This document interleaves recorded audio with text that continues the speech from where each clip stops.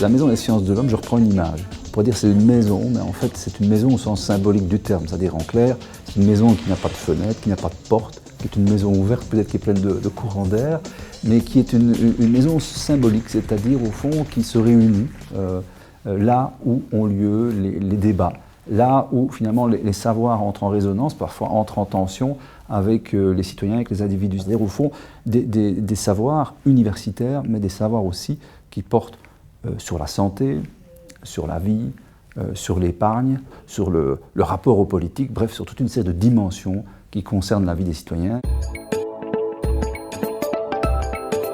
La Maison des sciences de l'homme a 3 espaces d'activité, 3 pôles, qui sont un pôle d'abord événementiel, un pôle de publication et un pôle de recherche, mais je veux préciser tout de suite de recherche collaborative, donc vraiment des recherches en dialogue avec des partenaires, avec la société civile.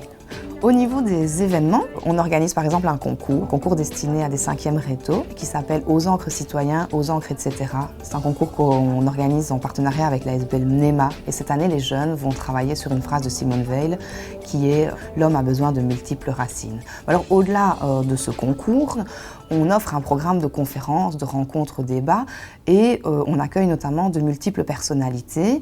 Ainsi, on a déjà accueilli la philosophe Cynthia Fleury pour parler du courage en politique en dialogue avec Édouard Delruels.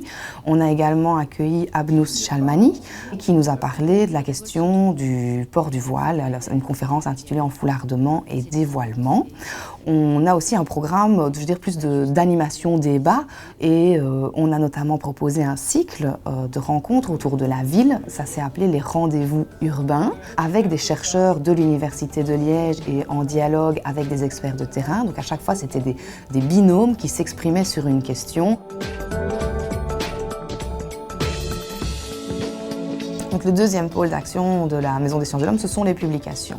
On a publié un ouvrage aux presses universitaires de Liège, travaillé en collaboration MSH Ville de Liège. On a travaillé sur un premier livre qui s'appelait Dialogue sur la diversité et il y avait chaque fois des thèmes qui étaient liés à la diversité, le racisme, l'intégration, le fonctionnement des stéréotypes et tout ce qui avait à voir avec l'immigration et l'intégration. En plus du livre, il y a eu des tables rondes où les auteurs venaient expliquer les concepts, il y avait des questions-réponses. La Maison des sciences de l'homme va solliciter les presses universitaires de Liège pour créer une collection MSH. Le but, c'est d'être vraiment en phase avec des questions de société. Et ça va être le défi de cette nouvelle collection, c'est de trouver les auteurs qui sont capables d'écrire correctement, quelque chose qui se lit en 4-5 heures et qui fait que quand vous fermez le livre, vous comprenez un problème, ces enjeux et éventuellement vous êtes mieux armé pour agir. Les citoyens aussi possèdent un savoir qui doit être valorisé, entendu. Donc on essaye de créer des dispositifs de recherche qui permettent d'intégrer ces savoirs et on a d'une part des ateliers de co-construction des savoirs où là on va travailler main dans la main avec des associations qui mobilisent des personnes qui sont intéressées par une problématique. Et donc c'est ce qui a été fait avec le monde des possibles dans le cadre de 2 ateliers concrets qui ont interrogé d'une part la question de l'identité à travers les parcours migratoires et d'autre part la question de la résistance en tant que migrant.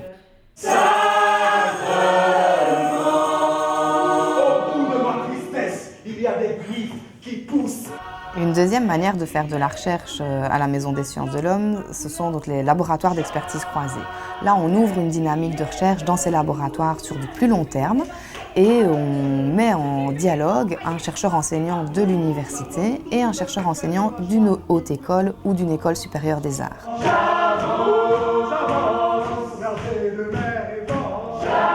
J'ai demandé une sorte de regard extérieur plutôt scientifique sur ce travail, sur cette hypothèse de travail. Hypothèse de travail qui est la suivante, plutôt pédagogique au départ. L'hypothèse, c'est est-ce qu'il est possible d'extraire des éléments expressifs de certains rituels vaudous et de les modifier en outils de travail pédagogique théâtral. Je crois qu'au XXIe siècle, on ne peut plus imaginer de l'enseignement qui ne soit pas nourri par de la recherche qui alimente donc l'enseignement. Mais je pense qu'aujourd'hui, il faut aussi de plus en plus prendre en compte le fait que ces savoirs sont diffusées, entrent en résonance, entrent en débat avec les citoyens. Et donc la troisième dimension de cette université est de plus en plus fondamentale.